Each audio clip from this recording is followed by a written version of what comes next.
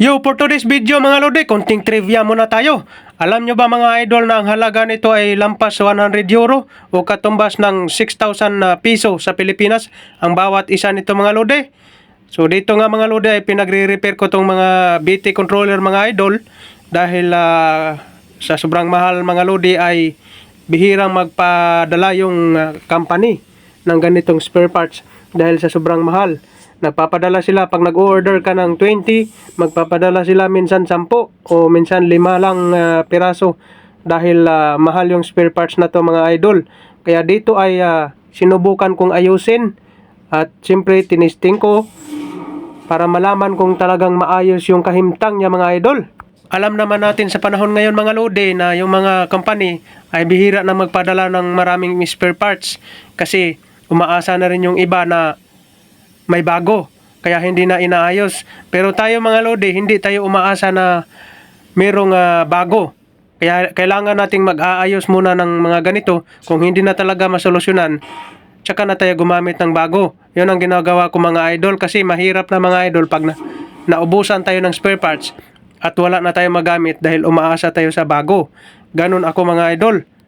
Para makatipid din yung company mga lodi at the same time, meron din tayong matutunan sa pagbutingting ng mga ganito mga idol. Kasi sa sobrang mahal mga lodi ay talagang mahirap talaga pag itapon na lang kaagad kung pwede namang magawa ng solusyon. Yan ang tama talaga mga idol para maiwasan yung shortage ng ating spare parts. Kasi minsan, gaya dito sa barko namin mga lodi, pag nag-order ka ngayon, minsan darating 6 na buwan, minsan 7. Kung mamalasin ka, aabot pa ng 1 taon. Kaya kailangan talaga marunong kang mag-repair ng mga ganitong parts. Lalo na ito medyo mahal. Bihira silang magsisin ng ganito sa atin. Kaya kailangan talaga matuto tayong mag-repair sa mga bagay-bagay. Huwag tayong umasa na may bagong darating. Kailangan talaga marunong kang magbutingting.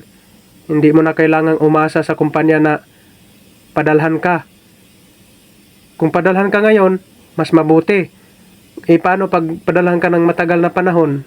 Ngayon, kawawa ka mga idol pag wala kang magagamit. Kaya, kailangan talaga matuto kang dumiskarte kung paano mo gagawa ng solusyon ang isang problema na ganito mga idol.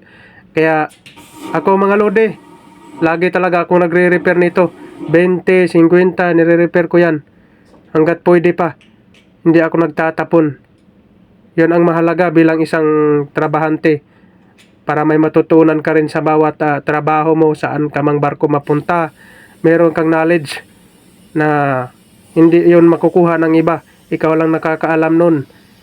Kaya mas mainam na meron kang ganun para hindi ka bulihin ng minsan may mga kasama ka na hindi maganda rin yung pag-uugali. Pag hindi mo alam yung trabaho na yun, tapos ginawa mo, patay ka. Ikaw yung mahirapan. Kaya dapat meron kang kaalaman. Alright! Thank you for watching!